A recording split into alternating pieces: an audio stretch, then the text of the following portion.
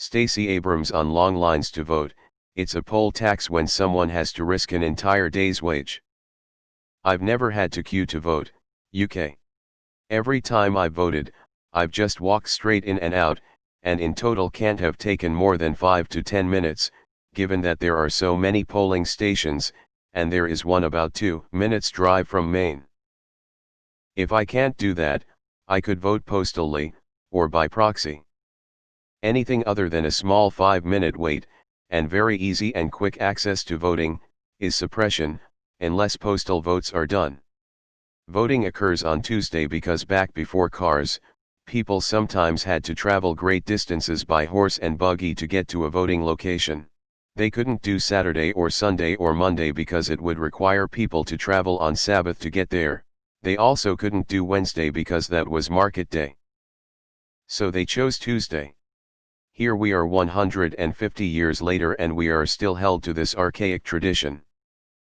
Meanwhile, in compulsory voting Australia, it takes 20 minutes to vote on a Saturday morning, including buying a coffee and Leamington on the way out. No ID required. Wait, so voting days are not on holidays in the US? You don't get paid if you go to vote. She's right, but it needs to be taken further. Election day should be a national holiday. Ever wonder why it isn't? It's for the same reason that the GOP is currently filling their huggies over the idea of mail-in voting. They don't want everyone to vote. They want to make it hard for people to vote because there is an inverse correlation between the amount of power they have and the amount of power the people have. Also, I'm glad the host said that the arena belongs to the Detroit Pistons instead of giving a plug to the awful pizza company that put its name on the building after defunding Detroit schools for 40 years to build it. Deleted. It's about time we frame every indirect cost a tax.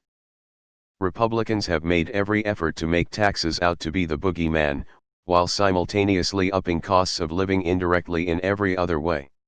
Maybe we can convince people if it's framed in a different way. A day's wage? These days you gotta risk your life. We should have nationwide vote by mail now more than ever since it's a pandemic. Businesses should let their employees off to vote. Voter registration should be automatic. Mail-in ballots should not require anything other than a desire to vote. Election day should be a paid holiday. What's even crazier is states like Georgia and WI are trying to create a curbside voting system, where you can bring the booths to neighborhoods where it's better to social distance during a freaking pandemic. Republicans are fighting any and all initiatives that make it easier to vote for those most disenfranchised. And this is why a vote for a Republican is a vote against democracy. We should be welcoming with open arms the legions of new voters that want to express their voice. Instead, the GOP wants the opposite of this.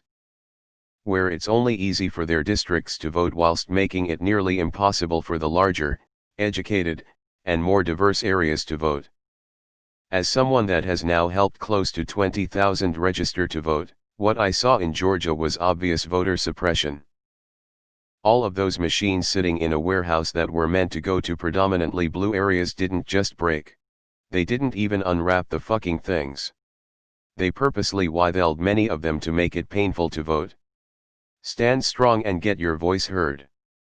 If we can flip the Senate and executive office in November, I guarantee you AOC and others like her will be putting up bills to ensure all of our voices are heard.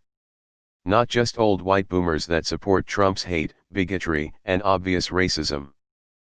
How in the name of fuck is election day on normal a workday? Pure institutionalized voter suppression. Much easier for someone in a secure job to take time off to vote than a minimum wage shift worker. In Australia it's on a Saturday and for a small donation you get a sausage, affectionately known as a democracy sausage. Unfortunately that hasn't stopped us voting in Murdoch-shills for the past few elections. Can someone explain why there is not a federal-level elections board to organize elections? Why are elections organized by local partisan politicians? Australia looks on and laughs. We have voting on a Saturday. We use schools to provide quick and easy voting on the day. If you are out of town, just drop into any polling station and you can vote there. Oh, yes, of course, you can mail in your vote.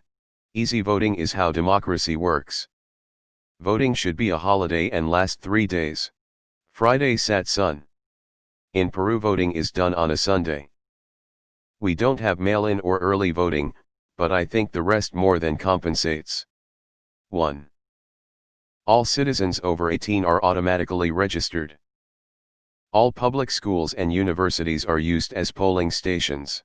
There's no nonsense about closing stations. Days before the election you can access a website that lets you pick 3 polling stations close to your address. The elections office then emails you your assigned station, from among the 3 you selected. On election day you go to your station and vote. Perhaps there are slightly long lines in places with lots of people, but overall it doesn't take long to vote. I find it sad how Peru can do it, yet the United States, the supposed beacon of democracy, won't. We need preferential or ranked choice voting, we need same day or day before registration, we need to make voting by mail available to everyone, we need to make election day a national holiday, we need to kill the Electoral College, and we need stiff and enforced penalties for election fuckery. Shutting down polling locations, moving them randomly, not putting enough in poorer or primarily minority or primarily opposition parties' districts is bullshit. People have fought wars and died because they wanted the right to vote, and we have one party playing stupid drama games with it. It's sick is what it is. I fully support a constitutional amendment removing states' rights and duties regarding at least federal-level elections, and enforcing what I request in my first paragraph. Hell, I'd support the amendment if it normalized state-level elections, too. Once again, we have a small group of people who have demonstrated their malice, avarice, greed, grift, and incompetence, and have proven themselves unworthy and untenable running ballots, polling, and elections. I wish these reforms to be a primary focus. I wish this even knowing it could be bad for my party. How can America be a democratic country if the ruling class suppresses the rights and duties of its citizens to be heard through peaceful demonstration and their votes? The voting day in the US is a working day? Wow, I've always taken for granted in my country being a holiday. I have to vote like 3 to 4 times a year. I live in Switzerland. I never went to the booth, I always used the mail option. Even if I'd have to go the booth, voting day, for lack of a better term, is always on Sunday to make sure that everybody is able to vote. Seems like a pretty basic requirement for a functional democracy. I've never waited in line to vote, not even for 5 seconds, much less 5 hours.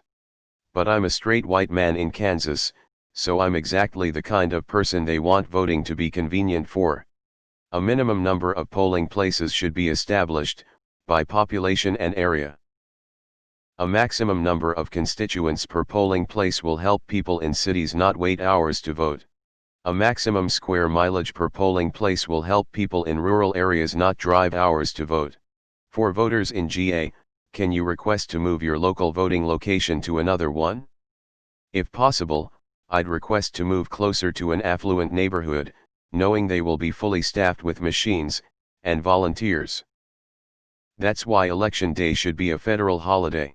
Damn, she right. Voting days need to become paid holidays. Ah, this is smart. She's using words that appeal to conservative voters specifically. They may not care for a national holiday, but they sure don't want to be taxed.